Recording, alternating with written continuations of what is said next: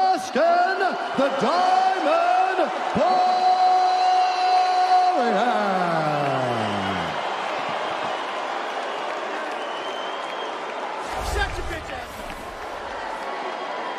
I am here with the winner, Dustin Poirier. Dustin, first of all, congratulations on a very impressive victory. You and Conor are going. Let's see what he's saying. Go get him. I would go to him as well. But I want your thoughts on the fight because the fight was going your way. Obviously, you got him down. You landed some vicious ground and pound. And in the last seconds of the fight, in a crazy freak accident, he misses a punch and breaks his own ankle. He fractured on one of the checks at the beginning of the fight.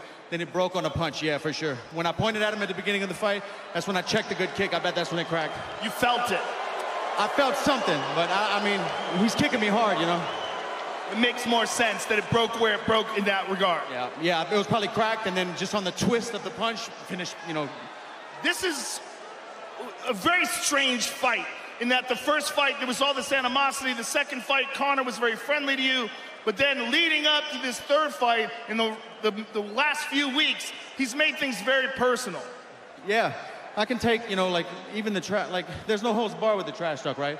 But murder is something you don't clown around, you know, there's no coming back from that. And this guy was saying he was gonna murder me and all kinds of stuff. He was telling me he was gonna kill me tomorrow. I'm gonna leave here in a coffin. You don't talk like that to people, man. I hope this guy gets home safe to his beautiful family, you know? The way the fight was going, clearly you felt like it was going in your way. Yeah, oh yeah. He did hit me with a good cross, just like the last fight. I didn't see it, and he kind of clipped me. A little bit buzzed, but my legs were still there. Takedown was easy. He was putting his fingers in my glove and pulling me down to throw the up kicks. I was trying to let Herb know that. This guy's a dirtbag, man. The ground and pound was very effective. And everybody booing, you can kiss my whole asshole. Dustin, is this in any way anticlimactic for you, or are you happy about this victory?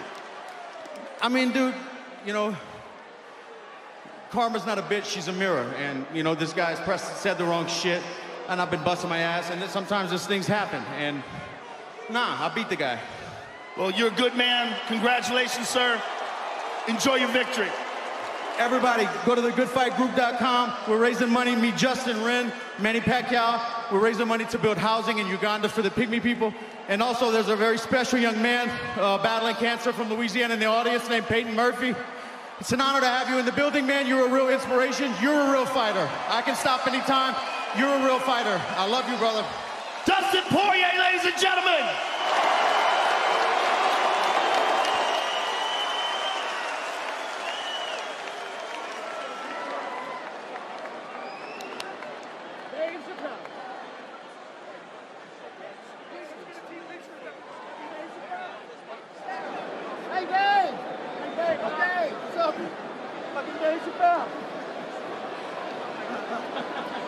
Joe is efforting an interview with Conor McGregor and is moving in now, I believe. He's trying to get close enough to talk to him.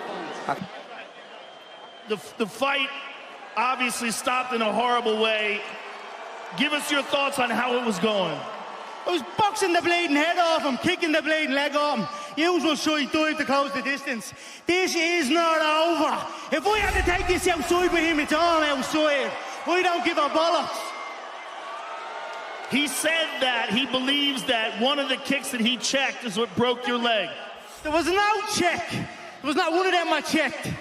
Your wife is in me DMs, hey baby, hit me back up on chat you later on. We'll be at the after party, the Win nightclub, baby. You looking bitch, you little hoe. Fuck him. Conor, you missed with a punch and stepped back. Tell us what you felt, tell us what you thought was going on. Just the thing had separated and my bleeding landed on the wonky leg like Anderson Silva that time. Something similar to that. It's a fucking mad out business. Fuck's sake. Listen, it was a wild fight for as long as it lasted. I'm sure you'll be back, and I'm sure you're going to want Dustin again, and I'm sure he'll oblige you. Yeah. The frustration boiling over for Conor McGregor. That post-fight interview brought to you by EA Sports UFC 4. Shape your legend in EA Sports UFC 4. Get up to 50% off for a limited time on Xbox One and PS4. You hear how real it is, right? The emotion. Dustin was trying to go at him over there, and then Conor was yelling at him. These guys don't like each other, man, and I can't imagine a world in where we don't see these two locked in the octagon. It is crazy, right? We thought that tonight would bring finality. us nothing if not closure, and even though Dustin feels pretty convicted in the 2 straight wins, a lot of the MMA masses aren't going to feel closure on this trilogy, but Poirier moves into sole possession for most knockouts in UFC lightweight history, passing Edson Barboza and Melvin Guillard. Reaction to everything you just saw. Obrigado, Charles. Qual que é a tua reação a tudo que aconteceu hoje à noite? A gente fica triste, né? A gente nunca quer ver um cara perder dessa forma, né? Mas faz parte. Parabéns ao Dustin. We get sad. We don't never want to see a guy lose like that, but it happens. So congratulations to Dustin. Had this gone into a second round, what do you think would have happened? E se continuasse isso pro segundo round, o que você acha que poderia ter acontecido? Isso é MMA, né? É tudo imprevisível. A gente não sabe o que vai acontecer. This is MMA. It's unpredictable. We never know what's going to happen.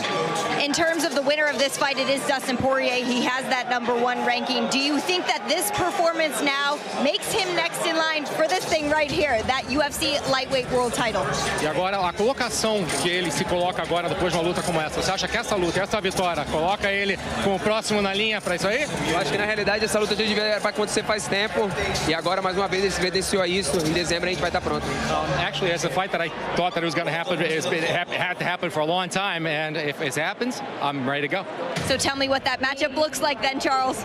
E agora, o que você... Can you repeat that? I couldn't hear you. Oh, what does that matchup look like between he and Dustin? E como é que vai ser essa luta de vocês dois? Vai ser uma guerra. Eu sou o campeão, é uma história gigantesca, todo mundo sabe disso.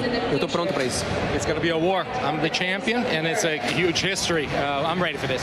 Excellent. Well, we're ready to watch. Charles, thank you so much for your time. We'll see you soon. All right, guys, now out to Max and Brett on the mezzanine outside. Guys, take it away. Thanks, Teddy. It looks to me like Conor has entered that phase of his career where an ending like this may help him in a way, because people are saying, even on this broadcast, well, there wasn't a definitive conclusion to the fight in a fight that he was clearly losing. Your thoughts? It's not going to physically help him. And, you know, you think about Joe Theismann, you think about the football injuries, that when you've seen this kind of injury before, not everybody even returns from that injury. So that's the first thing you got to think about, is how unfortunate that is and how dire that injury can be. But for me, he was winning the fight, Poirier being he, is always about the battle of geography. Who wins the battle of geography? Who gets to the area in the ring, or in this case, in the cage, that is best suited for their talents? And that was Poirier. There's no doubt about it, because he's better grappler, he's better at jiu-jitsu, he's better on the floor, on the mat. And he got to the place he needed to be. He needed to get in close, one way or the other. Close in striking, or close when he was on the floor, when he's going to be able to get him into a grappling situation. He's got shorter arms. He didn't want to get into a counter-punching firefight with Conor. He got the geography he wanted. And one other thing, we're in the capital of gambling over here. It seemed to me like Conor went all in. Going for the guillotine. Yeah, when he went for the guillotine, he went all in, much like a poker player would say, okay, this is my opportunity right now. I'm putting all chips in. It's interesting that you bring that up, because I had the same impression that this is not something Conor's really comfortable doing, but he goes to it early on because it seemed as though he was already conceding, I don't know if I can beat this guy the way I planned. Let me try something to upset the odds a little bit. I'll take a risk, but at least there's a chance to win in that risk, and it didn't work out. Yeah, you know what? That's a fair enough point. But again, there's no doubt about it that he went all in, and there's a gamble when you go all in, but you're putting all your chips into one place. But I think that at the end of the day, he was trying to stop. Poirier had gotten close into striking distance, his geography, his striking distance with his shorter arms, and he was.